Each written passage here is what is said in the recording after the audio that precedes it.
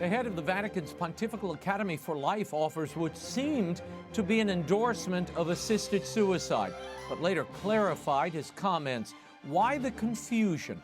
And British Parliament issues a report on the state of freedom of speech in communist China and the situation of jailed democracy advocate Jimmy Lai.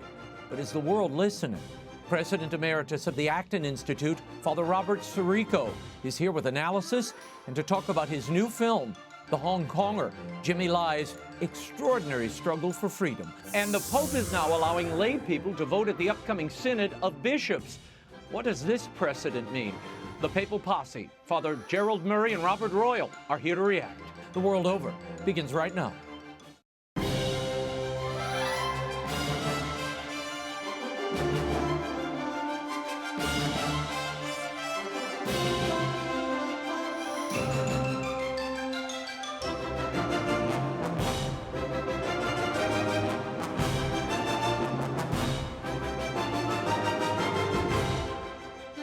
Now, Raymond Arroyo. A warm welcome to all of you joining us in the United States and the world over. If you'd like to comment on tonight's show, send me a tweet. I'm at Raymond Arroyo. Let's get started. The Prefect of the Vatican's Pontifical Academy for Life, Archbishop Vincenzo Paglia, made headlines this week for seeming to suggest that euthanasia, assisted suicide, was morally permissible, despite clear church teaching to the contrary. He and the Vatican later attempted to clarify his original statement. And in the wake of China's appointment of a Catholic bishop without Vatican approval, the UK Parliament has issued a report on freedom in communist China, as well as the current situation of jailed Catholic dissident and democracy advocate Jimmy Lai.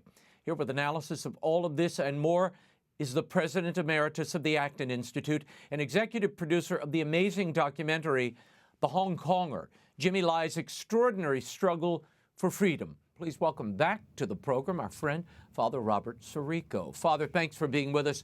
I want to start with those controversial statements made by Archbishop Paglia, the president of the Pontifical Academy for Life. In a speech, he suggested it was an international journalism festival, he suggested that medically assisted suicide was, quote, feasible. And then he went on to say that, quote, personally, I would not practice suicide assistance, but I understand that the legal mediation may be the greatest common good concretely possible under the conditions we find ourselves in, end quote. He continued that the Church is not a dispenser of truth pills when it comes to engaging with a pluralistic society on challenging moral issues of the day.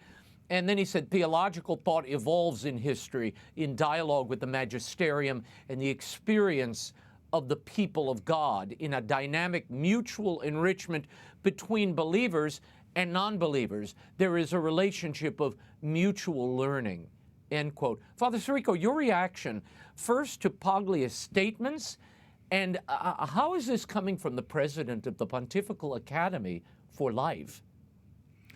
Well, Archbishop Paglia is kind of confused here. First of all, the Church is a dispenser of truth pills. I don't like that phraseology. I mean, Newman said that the Church is the teller of the truth. And the confusion, I think, that's at the base of Archbishop Paglia's assertions here is that he is seeing the Church as a part of this negotiation, a kind of political process.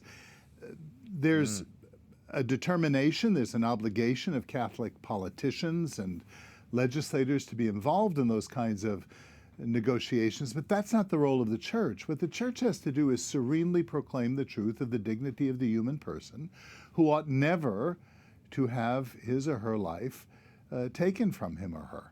And I think that is the confusion. And then the other thing that happens toward the end of that statement is that there's almost a slippage. It's not just, well, we can't do anything about it and we'll just make the best of it. Then he's talking about this mutual learning. Is there something we're going to learn about the human person that allows for euthanasia to be practiced? Why wouldn't you, Your Excellency, participate in this? He starts off by saying he wouldn't be an advocate of it. Well, why? I presume the answer to that is because every human being has the right to his life. And even the person whose life it is doesn't have the right over his life because you didn't create yourself. So this is a very confusing thing. I think one other level of consideration here has to be, is this a policy that's coming down that he is enforcing, or is the whole mechanism so broke that anybody can just say what they think about a given thing without a kind of coherent policy on the part of the Holy See itself? Yeah. Well, on Monday, the Pontifical Academy for Life responded to the outcry over Paglia's statement, saying that, quote, Archbishop Paglia reiterates his no towards euthanasia and assisted suicide in full adherence to the magisterium. The statement claimed that Paglia's comments were about a ruling in the Italian Constitutional Court and that the Archbishop gave his opinion that, quote, a legal mediation, but certainly not a moral one, is possible in order to keep assisted suicide a crime in some cases while decriminalizing it under certain conditions. Now, Father Sirico, just for you in the audience, currently, assisted suicide and euthanasia are illegal in Italy. Yes. Your reaction? Yeah, it's quite striking. It's quite striking. All the Archbishop had to do was say, the Church's stance is that human life is valuable, even when it's under stress. And that's our position.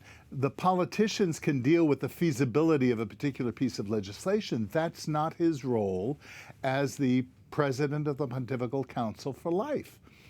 This is really a grave scandal, and I don't think that the quote-unquote clarification clarifies anything. No, it's just more confusing. And again, if you're going to say you're weighing in on a ruling by the court, well, make it clear to the international audience that is confused what the law in Italy is. And thus far, Yes. it's illegal. So it's very vexing and confusing to try to unravel all of this. Yeah. But I want to move on to a far more important story, I think. At the end of his 5-day visit to China, Hong Kong Bishop Stephen Chow announced that he invited the leader of China's Catholic Patriotic Association, that's the government-run church, Archbishop Joseph Lee, to visit Hong Kong. Now, Chow's visit to mainland China is the first by a Hong Kong bishop in nearly 3 decades. This gesture by Chow is reportedly aimed at improving strained Vatican-Beijing relations. Now, Bishop Chow did not say when Archbishop Lee, who's basically a government apparatchik, would visit Hong Kong, only that he seemed, quote, quite positive about the invitation. Father, last month, Bishop Chow said his visit to Beijing underscored the mission of the Hong Kong diocese as a bridge church. Is it at this point? Well, no, it's a wholly owned and operated functionary of the Communist Party. I mean, let's remember that Archbishop Chow's predecessor, Cardinal Zen, was put in jail, even though briefly, and has had his passport taken away from him so that he can't travel. He was allowed to go to Pope Benedict's funeral for 5 days. He got out of the country. But no, I mean, as to the bishop, the visit of Archbishop Lee to Hong Kong, I think that's a good thing. I think anytime somebody who lives in a immense prison camp can even begin to see a little bit of freedom, as the Hong Kong people still retain some semblance of freedom, that's a good thing. But no, I think this is a very sad reality. Do you know if you want to go to Mass in China, you have to notify the Communist Party on your app to get permission to go into Mass. It's checked. And if you just go into Mass on your own, you can be arrested. They have retranslated the Bible. I think it's a very sad situation and becoming increasingly so in Hong Kong itself. Yeah.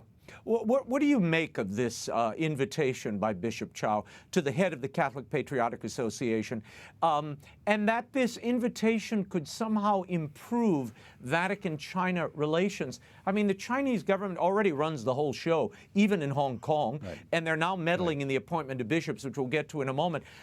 How will this increase the closeness between the Vatican and Beijing? Any closer, and there'll be a wholly subsidiary, wholly owned subsidiary. Right. No, I suppose to give the best interpretation to the Archbishop of Hong Kong's position is it's better to have a conversation with this guy. Who knows, you may be able to convert him. But then he would end up in the same jail cell as Jimmy Lai, which we'll come to talk about. But no, I don't think there's a lot of hope right now in China, but we have to keep pressing and saying the truth about things. And the truth is that this is an authoritarian regime that is petrified of religion. And this isn't anything new in human history. The Church has always found itself, when it will not give its full allegiance to a particular government, it faces persecution from the dominant authorities. Does this seem to be an attempt by China to crack down on the Church in Hong Kong?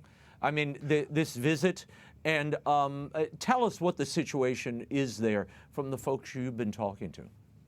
Well, I think what's happening is there's a kind of closing vice on Hong Kong. You know, the close down of the demonstrations, the permission to have very slight formal demonstrations in a way. It's kind of turning up the heat. The frog is being boiled in the water slowly, because if they were too abrupt, remember that Hong Kong is responsible for a great amount of money that the Chinese government and the mainland would depend upon. If they went too abruptly, things would fall apart. So I think what they're trying to do is take a slow approach, and this has to include the Church in Hong Kong, because the Church in Hong Kong was like the Church in many parts of Europe, and it was a vibrant church responsible for both the Roman Catholic Church and the Anglican Church, responsible for the educational system and much of the healthcare system in Hong Kong, and now it's being closed down very slowly. A Catholic priest in China who went missing recently from the Baoding Diocese has reportedly joined the state-sanctioned church. Now, that priest was taken to an undisclosed location earlier this month for political re-education after agreeing to join the Catholic Patriotic Association. Now, according to the watchdog group China Aid, about half the clergy from the Baoding Diocese in China have joined that state-run church. Why are we not hearing more about this from the Vatican, Father Sirico? There seems to be no opposition, not even a faint whisper of criticism against it. It seems to me that the Vatican has taken the position that as long as they have this secret agreement, they can get more done than if they were to openly criticize it. That's to give them the best interpretation possible. I think it's a mistake. I think it's a prudential error to think that you can deal with it. The model that we have that's been the most successful hasn't been this osteopolitique, this kind of very nuanced, friendly approach, but it's the approach that St. John Paul the Great took in being a Pole and going back to Poland, is proclaiming the truth that resulted in the collapse of the Soviet Union. I think, again, the Church just needs to be a truth teller. And the truth is that the Church in China is being persecuted, and it is such a sad betrayal of the people who have suffered the most to not stand up and articulate a defense of their dignity and of their religious rights. Yeah. Father, earlier this month, the Chinese government appointed a new bishop in Shanghai without Vatican approval. Right. And we've seen reports about Chinese authorities detaining religious individuals, keeping them under surveillance, subjecting them to indoctrination sessions. Catholics have been forced to join the Patriotic Association. You mentioned the app where you have to register to go to church, and no one under 18 can go to church. Does the Vatican have to rescind this Vatican-China deal, given all of what we've seen in the ensuing years? I mean, what's the point of keeping this non-deal in place? What do they get out of it? I don't know. it's a secret deal, so I don't know what they're getting out of it, but I agree with you. I think that it should be rescinded. I mean, that's my opinion, not that anybody at the Secretary of State in the Vatican is asking my opinion, but I think they need to just really go back to the drawing boards. And why would China want to engage in this kind of deal? What are they getting out of it? What is the church getting out of it? You know, we're not accustomed to martyrdom. I suppose it's easy for me to say in that regard, but you know, I'm very close to a number of the people who are in China, and I know their pain and I know their heroic testimony to the truth of the faith, and they would rather give up their lives and their freedom than to allow this kind of indignity to continue.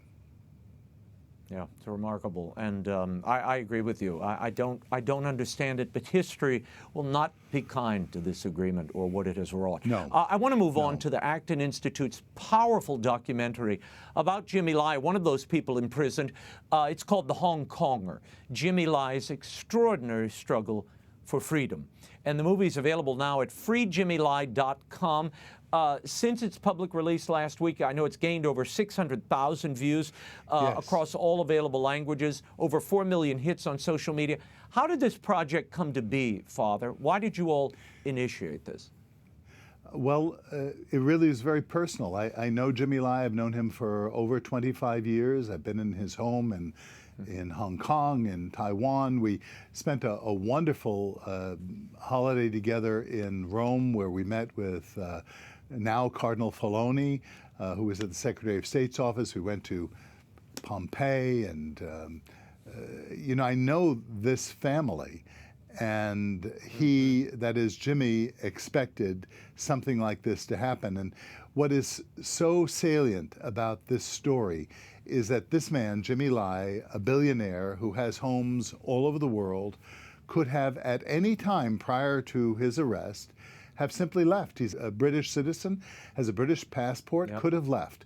He determined freely and with full awareness to stay and fight for freedom. He said, I can't just make a mess and leave it for other people to clean up. I'm defending the rights of the Chinese people. He loves China. He loves everything Chinese. He said, I have to be here and give my witness. Just recently, someone who has seen him regularly told me that he is reading the Summa Theologica. Just the other day, I received a beautiful little sketch of the Virgin Mary that Jimmy sent me from his jail cell. And that's, you know, I think it's a real inspiration. This is the thing that the Chinese government is afraid of. People of faith, people who have a moral sense of mission, cannot easily be broken. And I gathered our resources and asked for help from people who were very generous in enabling us to put this film together. We've interviewed a number of residents of Hong Kong, some of them in blurred and voice manipulated so they couldn't be recognized. The governor of Hong Kong at the time of the takeover, Lord Patton, has a whole interview. Jimmy Lai's godfather, Bill McGurn, calling for Jimmy Lai to receive the Nobel Peace Prize, which would add. And again, this is not just for one single person who could have gotten out of this at any time. This is the principle of human dignity, of human freedom, freedom of the press, freedom of religion, freedom of assembly, and freedom of speech in China. And it is an honor for me to be associated with this project. Yeah. Father, I want to share with people, Jimmy Lai will go on trial in Hong Kong on these national security charges in September. Yes. In 2020, he was arrested for allegedly conspiring and colluding with foreign forces to endanger national security under this controversial national security law. I want to play a clip from the film on what this national security law is all about. Watch. Yes. China has passed controversial national security legislation for Hong Kong in response to the pro-democracy protests that started last year. The national security law is a very obvious example of CCP's disrespect for law. The national security law was conceived by people in Beijing as an instrument to bring Hong Kong to heel. It establishes a Chinese law which sets up special courts, special police to capture almost any activity in violation of that law. The crackdown is total. Sitting here in London speaking about Hong Kong, criticizing the Chinese regime, I'm in daily violation of the national security law. Matter of fact that I'm giving this interview, if I went back to Hong Kong, I could be arrested. If we just surrender, we will lose the rule of law, we will lose the freedom, we will lose everything.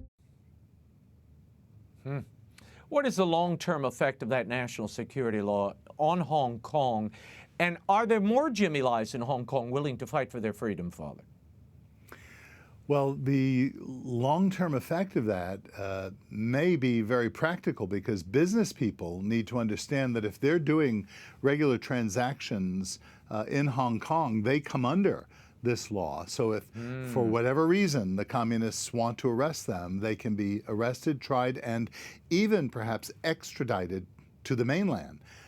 This is an evisceration, as Jimmy Lai said just in that clip that you showed.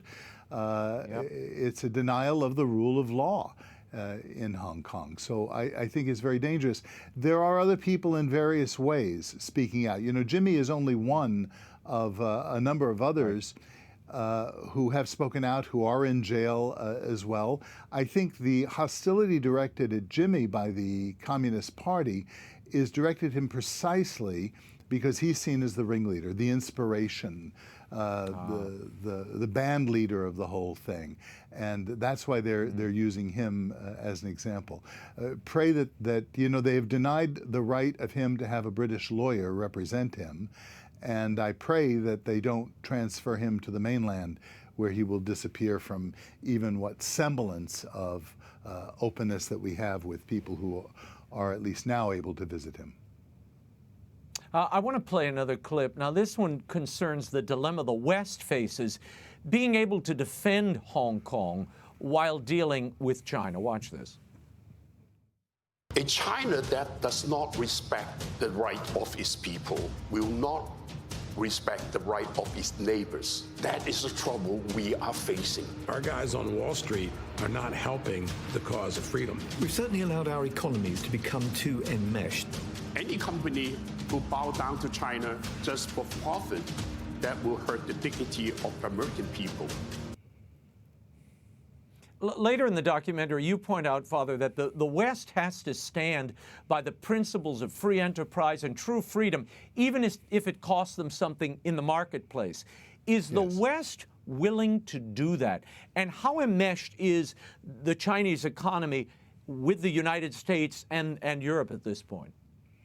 Well, the enmeshment between the Chinese economy and the rest of the world economy is incredible. I mean, to pull it apart is next to impossible. But I think what we can do, and you know, Raymond, I've been on your show enough, your viewers know me well enough to know what a defender of the free economy I am. But let's remember that the free economy is only free under the rule of law. It's not just savage capitalism we're talking about. It's a free enterprise that is rooted in the right of contract, private property, and under the governance of law.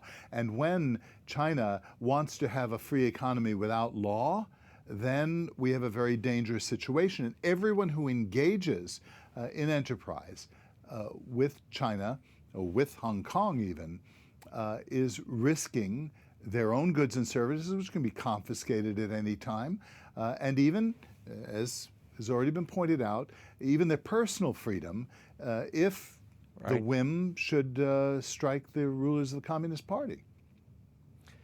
Father, should we sever trade relations with China? You know, Ronald Reagan cut off trade with Russia. There was no trade during that Cold War. Should we kill most favored nation status with China at this point, given the egregious human and religious rights abuses? I think you have to weigh that question very heavily, because, first of all, I'm not sure it's even possible how long it would take to be able to do that, because there are contracts in place, there are whole types of reciprocal relationships. But let's say we did that. Would this further isolate and disable us from having contact with people so that we can know more of what's going on so as to be able to protest and place pressure? I don't know. I think the question is a very delicate one and a very difficult one, especially as China now begins to make relations with other nations like India, like Brazil, like Venezuela, like other nations throughout the world, and their entrance into the markets in Africa, the building of bridges and the setting up of loan systems that obligate ports, especially ports. They're buying their way in, and these Western governments are more than happy to allow them to pay to play. And the dominance of the Chinese then in those markets where they take over the ports, they take over the train station, because the poor countries in Africa and elsewhere can't afford to repay the loans. This is a scheme. And I worry the United States is facilitating all of this and paying for the destruction and enslavement of people. This is very dangerous, and if not facilitating, at least allowing it to go on with any kind of competition. Why aren't our businesses competing with Chinese businesses, making more lucrative offers to invest in this? Let's step back for a moment and remember the desperation on the part of China. They are under a demographic winter that is about to set in about 10 years, and that's the result of the one-child policy, which they can't compensate for. They can't fix this thing overnight. They've attempted to now. They've abolished the one-child policy. But what does that mean? That means that most young people in China have no cousins. It means that because of the abortion situation in China, that most of the aborted children have been females because males were considered more lucrative, a better investment. So you have these men without women. This is an untenable situation, so they have to expand their markets, because remember that the human person is really the agent of creativity, and when you limit the number of human beings, you're impoverishing yourself. And I think the Chinese are beginning to realize this, so they're expanding very quickly, or attempting to expand very quickly. But a number of these nations now, people I've spoken to in Africa and recently in Brazil, are growing very wary of what's happening and the kinds of contracts that are in place that would enable the Chinese government to have control of ports and things like that. Yeah. On Monday, the All-Party Parliamentary Group on Hong Kong published a report following a 3-month-long inquiry into media freedom in Hong Kong, urging the UK government to treat the case of Jimmy Lai, who is a British citizen, as a political priority and to pressure Hong Kong authorities to release him. The report was critical of the British government for making, quote, barely a whisper in response to the arrest of a British citizen on false charges. The report called on the UK government to, quote, speak publicly about Lai's case, apply targeted sanctions against those responsible for Lai's arrest, and provide Lai with consular support, and use its seat at the UN Human Rights Council to raise his case and those of pro-democracy activists. Do you think there will be more attention brought to the case of Jimmy Lai by the UK and the UN after the release of this report? I think this report is very helpful in raising the concerns, and I'm particularly edified by the delineation of very concrete, practical things that can be done in Jimmy Lai's defense. And remember, it's not just Jimmy Lai that we're defending, but the people of Hong Kong. And I think if some similar path could be taken by other European governments, including now the United States government, which has been relatively silent on it, the Vatican has been relatively silent on it, I think this is the effort behind this film, The Hong Konger, to get people to go on the social media and begin pressuring their politicians. And especially if in October, Jimmy Lai and Cardinal Zen and the others who were arrested receive the Nobel Peace Prize, it will raise global consciousness about what's happening in China that affects, as I said before, religious liberty, liberty of the press, liberty of assembly, all of these liberties and the rule of law as a whole. Yeah, it's amazing to me. We talk about democracy and we have to defend democracy in Ukraine, yet our Chinese brothers and sisters are taken to the slaughter, marched into camps, sent to prisons, and no one raises any objection. I mean, why haven't we heard more public outcry, particularly from the UK and the United States, about what's happening in Hong Kong and Jimmy Lai and other journalists who were imprisoned there? Well, you know, this is the question we've asked over and over again during the Cold War. I mean, it took a while for people to understand who Alexander Solzhenitsyn was, who Sharansky was, and these other freedom fighters. And this is where we're at right now. We're articulating this. We're calling for people to stand in solidarity with the Chinese people being persecuted by the communist government. So you're doing your job, Raymond, by airing these kinds of things repeatedly on your show. And the EWTN network throughout the world has the opportunity to go on their social media and call for the freedom of the freedom fighters in Hong Kong. Yeah. Yeah, no, we have been, this has been, you know, I just think it's a neglected part of the world, not unlike Africa. It is. We just ignore what's happening in these countries. And, you know, we have to use these platforms to bring people's attention to these human and religious right abuses, no matter where they are, particularly when people in the church are being singled out for their faith. You know, I like you, Father, I've received this beautiful illustration of the crucifixion by Jimmy Lai, which I'll put up on the screen, that he sent me out of the blue, I guess because of the, you know, continued reportage. But it's important for us to do this. And I have that in my office as a reminder of the silent voices that we have to give voice to and be the voice for. Yes. Who do you hope sees this documentary, The Hong Konger?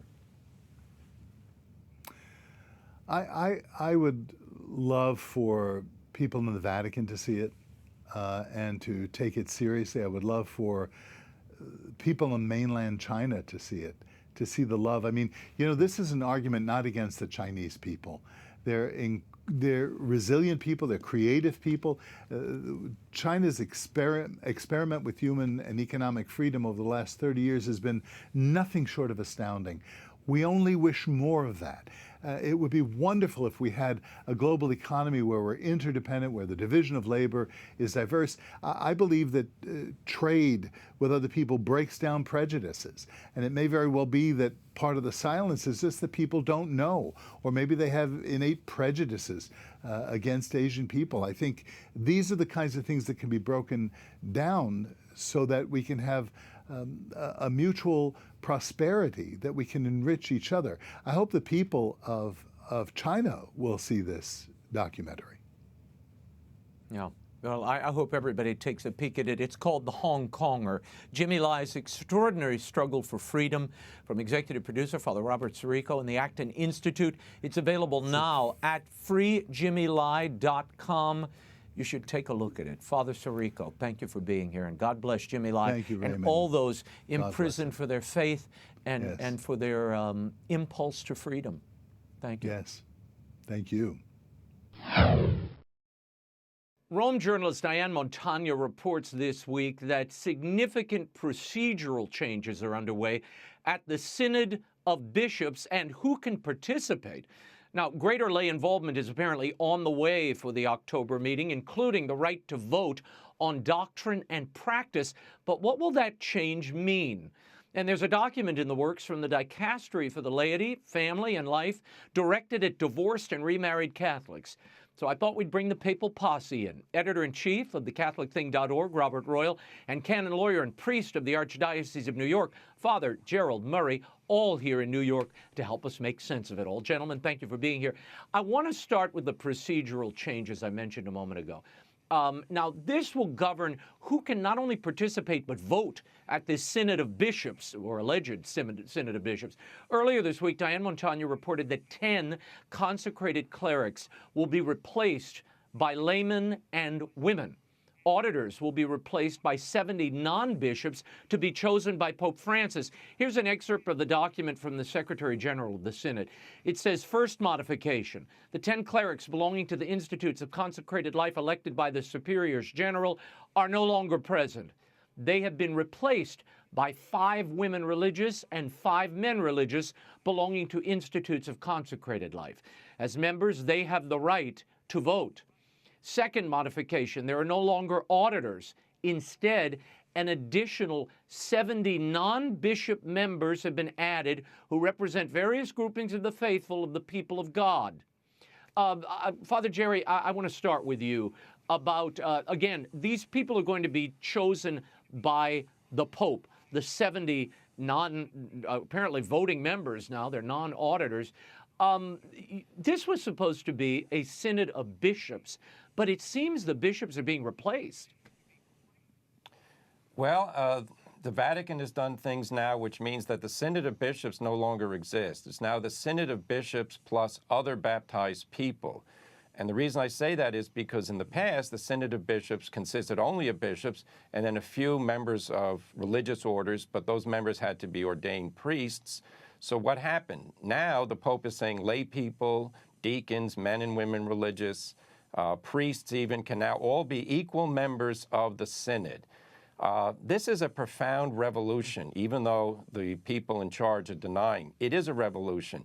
The Synod of Bishops started, first the idea was at Vatican II, Paul VI codified it in law, and what the goal was, bishops would cooperate with the Pope in discussing pastoral matters and then challenges that the Church faces in the modern world, and then would propose solutions and teachings. That was all part of the pastoral care, the pastors taking care of the flock. Now, the flock and the pastors are on the same level, and believe me, this is no longer going to be something where bishops acting as pastors in the Church are acting. Now, they're just another voting bloc within this group. I predict this is going to produce some very serious problems in the life of the Church.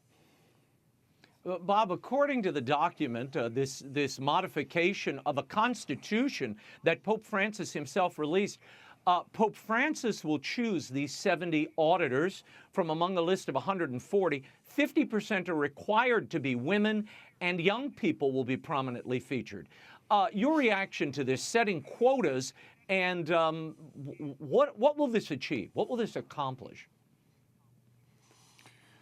Well, what you just cited I find to be very worrisome, because we know that this is the kind of political language that is used in the secular world as a whole, that somehow there has to be this gender equality and representation, and we have to listen to young people. You know, it's worth hearing young people talk, but young people are young people, and they aren't going to know very much about the kind of things that a synod like this has to deal with. And then there's the further problem that we've got these 70, and the Pope can't possibly know how to pick out of 140 people which 70, so he's going to have to be presented with a list of the live possibilities and kind of explain why certain people, and this allows this kind of thing that we've seen in the past with some of the polls about the traditional Latin Mass and whatnot, that persons close to the Holy Father can kind of shape what he's going to be doing. But my major worry here, as Father also said, is that this is turning out to be something like a secular political representation. And again, the organizers deny this. They keep saying that this continues to have the basic character of a synod of bishops. But in point of fact, what they're doing is they're just, it's almost magical thinking that bishops plus lay people or other people somehow is a synod of bishops still. That's not the case. And it's clear that it's being set up this way to produce a certain outcome. Yeah, Father, that's what I was going to ask you. Is this the organizers' way of stacking the participants in order to reach a predetermined outcome? And canonically speaking, how can lay participants and non-bishops vote in a synod? They can only vote because the Pope changed the law. But I think it's a mistaken change, because what Pope Paul VI did, what the Second Vatican Council proposed, is actually how the Church has been run from the start. The pastors guide the flock, not the other way around. The pastors should listen to the flock, but when it comes time to have a meeting to discuss things and to make doctrinal decisions, pastoral decisions, it's up to the pastors. Now with these new rules, essentially the Pope is going to be appointing 70 non-bishops. He also has the freedom to appoint more of his own, and that can be more lay people. The lay people, do we know if these people are even going to know theology, the Bible, the history of the Church? It's presumed that all the bishops have been well trained and believe in the creed, go to church on Sunday, all that. Some of the lay people who participated in the synod were specifically chosen because they were, non-practicing Catholics, and we were supposed to listen to them. It's also worth noting, Raymond, that in the past, if you were a cardinal in charge of a Roman congregation or dicastery, you were automatically part of the synod. That's no longer the case.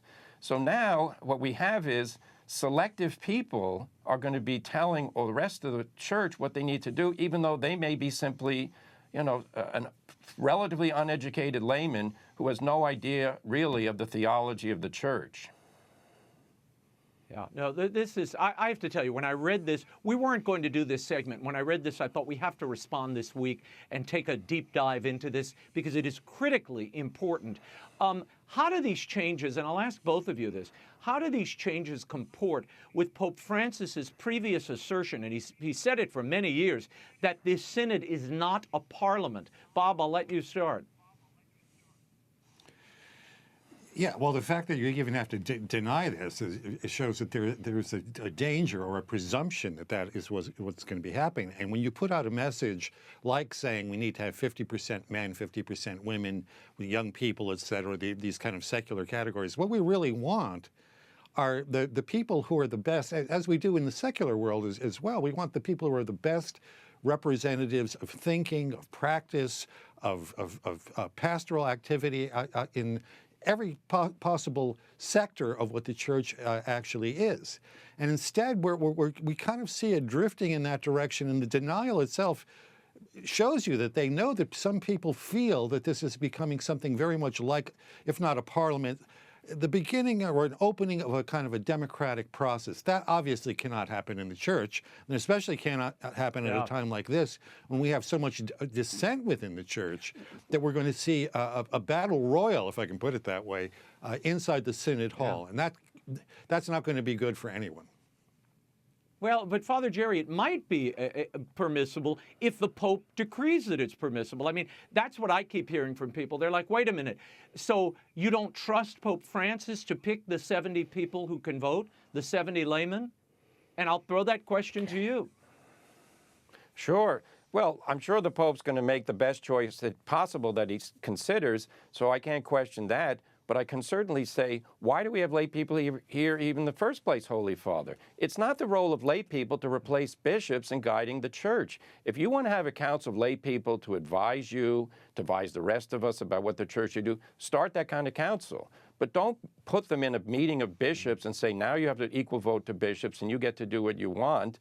Now, look, the Pope's going to be choosing from a list, including from, let's say, the German hierarchy is going to propose some candidates.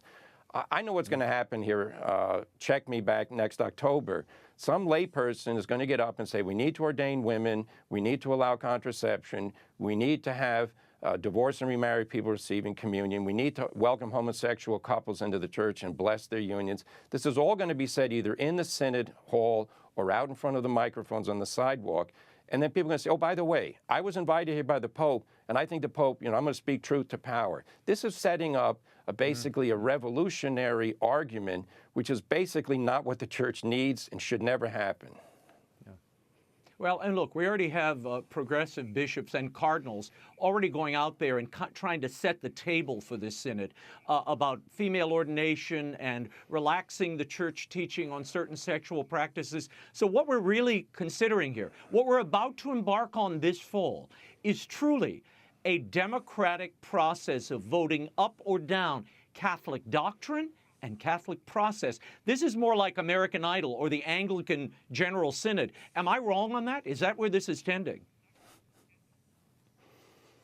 Well, I mean, Raymond, I think you're right about the general tendencies. I don't know if it'll go quite that far. Don't forget, this is only the first of 2 month-long synods that are going to take place. This one in 2023 and then another one next year. And it'll be very interesting to see what happens here because as we know from covering previous synods, there are other pockets in the church that begin to perceive what's happening as these radical voices start to emerge. And if they organize, they can kind of moderate things to a certain degree. But there's something quite unusual going on here. And You can see it even in the artwork that is being presented as the synod, that all people are walking together. Look, walking together is a good idea, but the two main cardinals who are leading the synod, Cardinal Hollerich from Luxembourg, has said that the Church's teaching on homosexuality has now been disproven by science, which I think is an absurdity. Cardinal Gretsch has said that, what can it hurt to talk to people who are same-sex attracted? What can it hurt to talk to people who are divorced and remarried? Well, it can hurt a lot because it sets up an expectation. And we've seen this in the Church since Vatican II, that it's not as if these conversations simply go nowhere. Once expectations are set up, and the great example is Humanae Vitae, when there was an expectation that Paul VI was going to overturn the traditional teaching of centuries on contraception, that the world went crazy. And I think we can anticipate that there will be multiple explosions, if not quite to that extent, but multiple explosions, as Father just outlined, on a variety of subjects. But Father, before I leave this topic, it seems to me the organizers learned the lesson of the Family Synod, which is don't let any naysayers or anyone who will vouch for the traditional teaching of the Church in the door. Keep them outside of the meeting hall. And that's the best way to proceed together and walk together with only like-minded people. Yes, well, look, that was revealed. All the synod surveys from out the world that went to Rome, they were never published. We never knew what the input is. All we came out was with this continental document.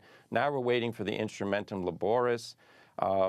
They're controlling the process here in a way that goes against the history and tradition of the Church. Now, of course, with lay people voting, this is basically going to become, as Bob is saying, some kind of a democratic exercise with an expectation. If you don't get it now, we're going to keep pushing, you'll get it later. In the Catholic Church, the bishops represent Christ, the high priest, the shepherd, the one who leads the flock. Those are the ones who should be giving their advice to the Pope and together working to promote Catholicism. Instead, now what we have is kind of a revolution. Everybody's equal. They cite baptismal dignity. Everybody's baptized, true, but not everybody's ordained. Ordination has big, if I were a bishop, I'll just throw this in, I would feel slighted by the fact that the bishop's advice is not considered sufficient. Now we have to have lay people who inevitably are going to attract all the attention. Now, we will leave this here, but I'll bet it's not the last conversation we have about it. And by the way, that Instrumentum Laboris, the working document, is late. They haven't delivered it on time, so we'll keep our eye on that as well. I want to move on to another big story this week. Cardinal Kevin Farrell, who is the prefect of the Dicastery for Laity, Family, and Life, he revealed that he and his staff are preparing a document to address the status of civilly divorced and remarried Catholics who do not have annulments. This at the request of Pope Francis himself. Cardinal Farrell made the announcement at an April 22nd meeting in Rome. He said, the dicastery is also working on the preparation of a text that will specifically concern, as you wished, Your Holiness, men and women who, having a failed marriage behind them, live in new unions. Father Jerry, what sort of document do you see coming from the dicastery, and what is a new union? Well, the Cardinal's language choice is very unfortunate. To speak of a failed marriage is a sociological view. The Bible view and the doctrinal view is what God has joined, man must not separate. We believe in the indissolubility of marriage. So if there's a divorce, that's regrettable, it's sad, but the couple is still married unless the decree of nullity shows otherwise. So to talk about failed marriage as a sociological reality that we have to somehow adjust our doctrine on, this makes me very, very nervous. The Catholic teaching about thou shalt not commit adultery, coming from the Old Testament, of course, the Ten Commandments, that is not subject to human monkey business. We can't change it. If that document in any way insinuates that second marriages of people who are already in a valid marriage can be admitted, then we're basically saying adultery doesn't really matter. That would be a disaster. Bob, wouldn't the Church just be capitulating here to the culture, to the world? Should illicit unions be regularized outside of an annulment? I mean, again, this sounds like the Church being run by popular opinion or by those who couldn't make the marriage work or, couldn't stay in their marriages. Well, look, in one way, you can applaud the fact that the Holy Father wants to look at the vast number of people who are divorced and remarried who are Catholic. I mean, this is a very big problem in the Church. There's no doubt about that. But what I fear is going to happen here is we all know that in the encyclical Amoris Laetitia, the famous footnote 351 kind of toyed with the idea that there might be certain cases in which, because of particular circumstances, people who had not received an annulment could still receive communion.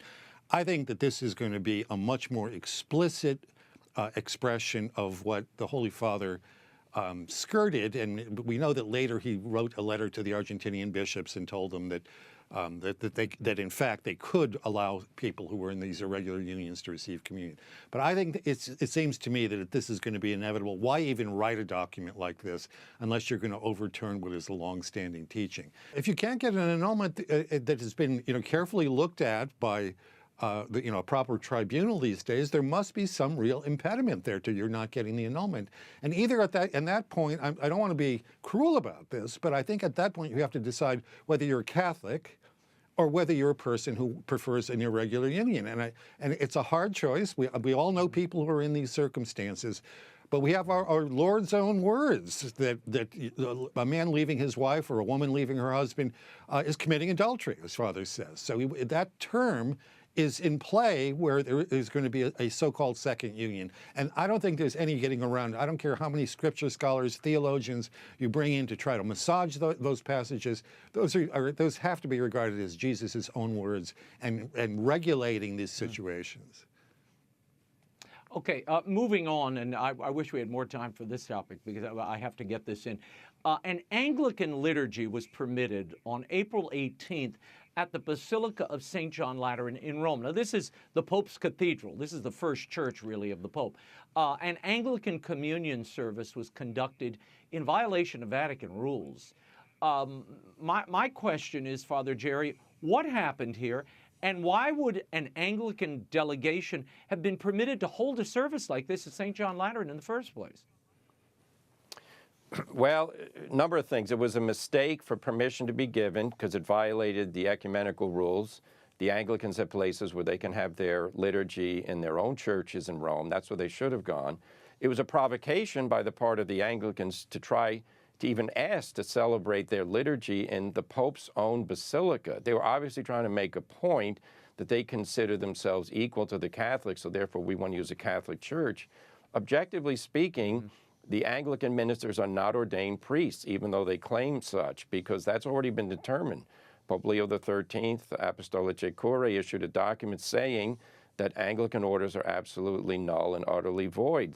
So the ceremony had the appearance of a Catholic Mass. The bishop was wearing a mitre, a chasuble. They were using what looked like a missal, chalice, the whole thing. So any Catholic stumbling or walking in, not stumbling, but just walking in as a normal practice to go to church and saw this would think there was a Mass going on. So it really was an outrage. It's been, thank God, the cathedral there expressed its regrets and recognized it was canonically irregular. But it shouldn't have happened in the first place. There has to be more safeguards in the future. The leader here in charge, the archpriest at the Basilica, Bob, was this misguided ecumenism, ignorance? What is this here? It's really hard to know what happened because this group of Anglicans actually met with the Holy Father the same day. So you could imagine them saying, we just met with the Holy Father and we'd like to come up there and say Mass, and maybe it was taken as some kind of permission that they had to do this. If I were the Holy Father and I were that person in the Basilica, I think I would say to them, look, you guys want to be in our churches, you call yourself Anglo-Catholic, why don't you become Catholic? Right. Yeah. Father Jerry, a dicastery for promoting Christian unity official has said that the liturgy was performed in a roped-off area away from members of the public. Does that lessen the significance of what happened here? And would this service qualify as a desecration of the space since, as you mentioned a moment ago, Anglican Eucharist is not considered valid? Okay, yeah, the fact that it was roped off, unless the whole church was closed so no Catholics could come in there and be confused, no, that's basically not a very significant observation. It was a desecration. I wouldn't say that because the ecumenical directory does permit, under other circumstances, the use of a Catholic church for the Episcopal or the Anglican liturgical worship. So since it is permitted, it's not therefore sacrilege or desecration. But certainly, you know, we just don't talk about the letter of the law. We talk about also what is the mission of having a cathedral. It's not for the celebration of non-Catholic Protestant liturgy, which is not a Mass, even though the Anglo-Catholic bishop there tried to give the appearance that it was, and he may even believe that. But we should not give in to that confusion. No, this was not a Mass, he's not a priest, and it was a mistake. Another ecumenical event is planned for May 14th at the Lateran Basilica, when the Coptic Orthodox Patriarch Thadros will celebrate an Orthodox liturgy. Now, the Vatican does recognize Orthodox sacraments as valid, so I imagine that wouldn't be a concern. Bob, your thoughts here. I mean, this is another case where you have a visiting group of clergy, you know, not part of the Roman Church, but at least this one is more in communion with Rome. Yeah, and you know, there, as Father says, there are cases in which, as I understand what is going on in that case, is they can ask to use a Catholic church if their own Christian churches are not available or inadequate. And they're expecting like 3,000 people to show up. So it's obvious that they're going to need more space than the very small church that they have in Rome. So, you know, this is the kind of thing that I think builds a little bit of goodwill. It would be great if these things led to, you know, ultimate overcoming of schisms, but it's a kind of a courtesy that's been extended. Yeah, you know, it would have been great if they'd used the Anglican moment as a time to have that conversation, as Bob said. I think it would have been a great opening. You want to come here? We've got all the goods. Everything's here. Come on in. The water's fine, gentlemen. We will leave it there, and we'll continue to watch this synod as it evolves. For more commentary by Robert Royal and Father Gerald Murray, visit thecatholicthing.org. And the first in my Turnabout Tales series, The Unexpected Light of Thomas Alva Edison, which makes a wonderful Mother's Day gift as well. It really is the story of a mother who saved a son and saw the possibilities where others didn't.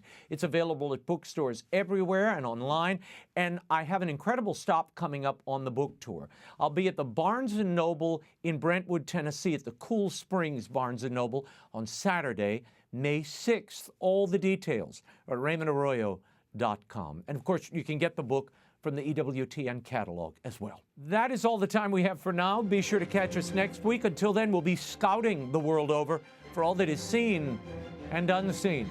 On behalf of the staff and crew of EWTN News, thank you for watching. I'm Raymond Arroyo. Bye now.